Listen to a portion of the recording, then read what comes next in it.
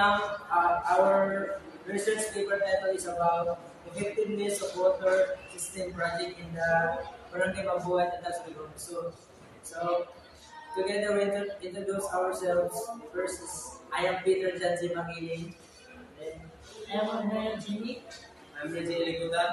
I'm VGT Arbo. I'm GT Simogan. I'm Peter Portoloza. Good day, ma'am. I'm Peter Paul Loza, and this is my assigned topic. Introduction of rationale.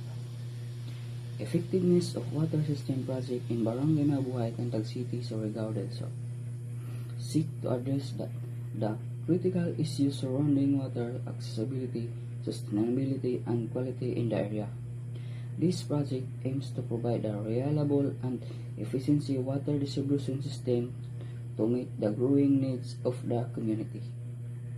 With the increasing population and demand for clean water, the existing water infrastructure has often been inadequate, resulting in intermittent water supply and the potential for waterborne disease.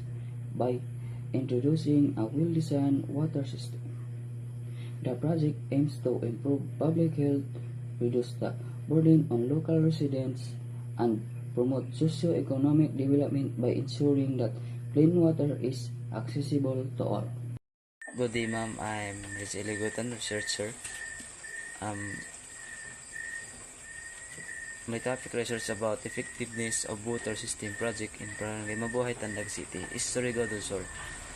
So my assigned topic of research objectives. So research objectives number 1, to assess the effectiveness and quality of water system in Barangay Mabuhay. Number 2, to evaluate the community satisfaction of water system project. So number 3 is to identify the problems met by water system project. So the last is number 4, recommend improvement for water system project.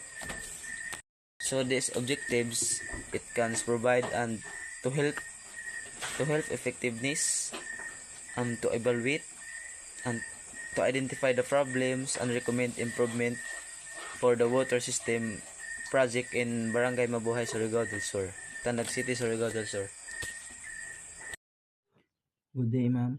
I am Chikti Simogan. My topic is the distribution efficiency and community.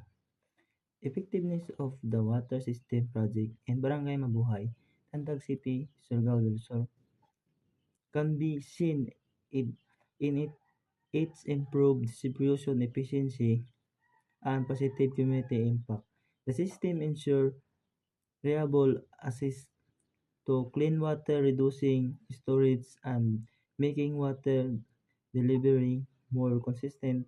This has led to be better hygiene, healthy and convenience for residents, highlighting the project's success in meeting community needs. Thank you, ma'am. Implementation and management. We have maintenance and repairs, water quality monitoring, and community involvement. Good evening, ma'am. So I will tackle about our concept paper about our title of from the effectiveness of water system project in the Barangay Mabuhay, Tintag City, Surigao del Sur. So the effectiveness of water system is the community satisfaction, and number 2 is environmental sustainability.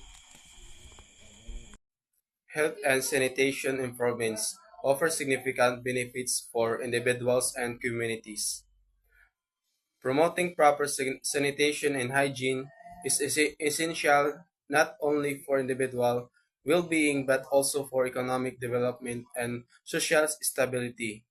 Investing in these areas is a cost-effective way to ensure healthier, safer, and more equitable societies.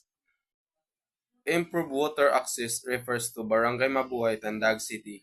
The availability of safe, reliable, and sufficient water for cooking, cleaning, and hygiene. It ensures water is easily accessible, especially in rural and underserved areas.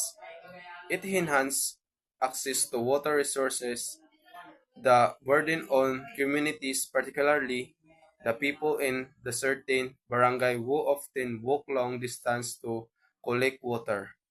By investing in clean water system, communities can ensure long-term prosperity and well-being for all members. So in water system project, we have distribution efficiency, and next is community engagement.